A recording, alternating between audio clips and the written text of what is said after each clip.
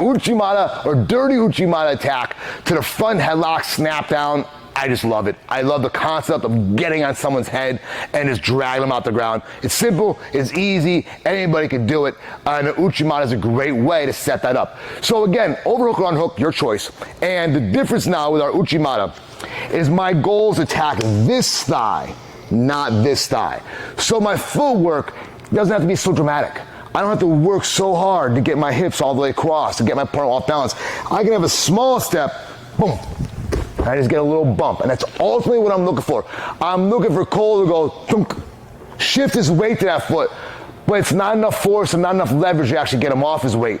But ultimately, I want his head to get lower than my head. So watch what happens. Just with that bump, boom, his head just gets nice and low. So now our skill is just clamping on that head. And we're gonna get a front headlock. We're locked in here.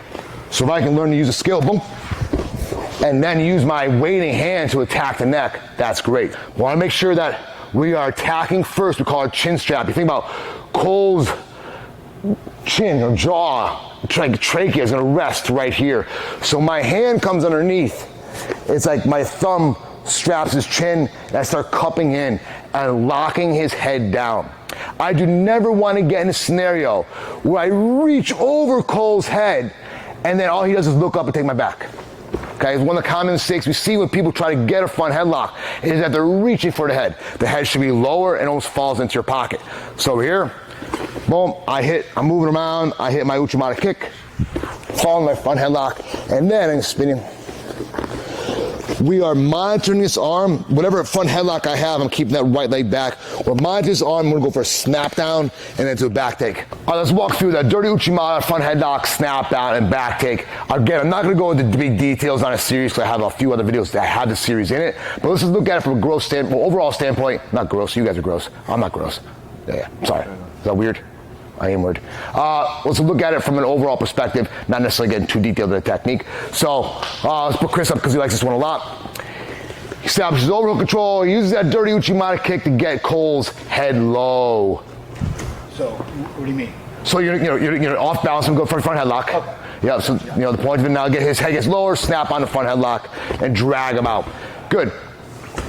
And let's just slow it down really quick. So once Chris gets Cole to the ground, and ideally, thank you, buddy. Okay. Now I want to see his ass up in the air. I want to see his active feet. I want to see him tripod, and he's driving his energy down to Cole's spine. I think this is very important when we're talking about front headlock. If we don't have this mobility and pressure to keep our opponent down, it's very easy for our opponent to build up. Head dictates which side he's going to go. All he's got to do is monitor that arm and then get a knee to fit inside this hole. All right, so go ahead. Whatever way he chooses, he comes around. Now he's establishing his back.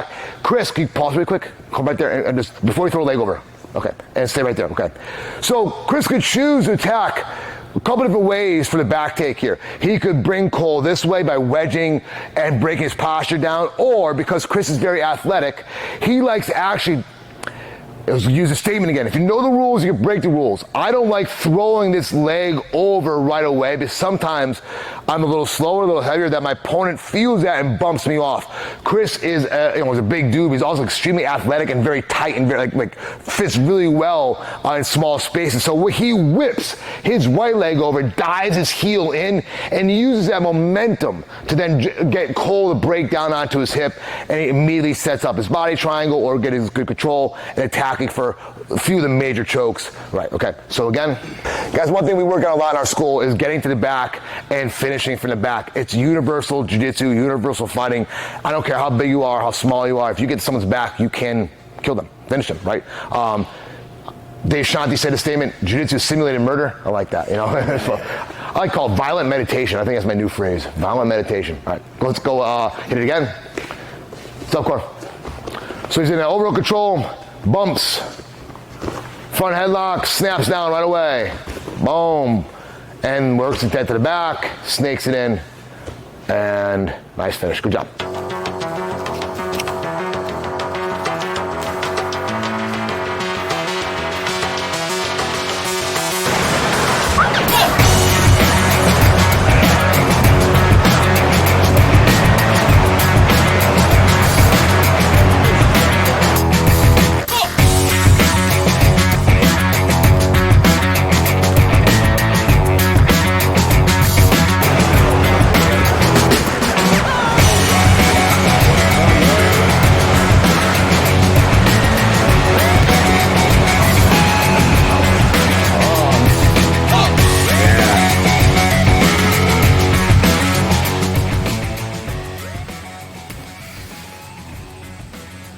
doing it right, Bruce? He's doing it right.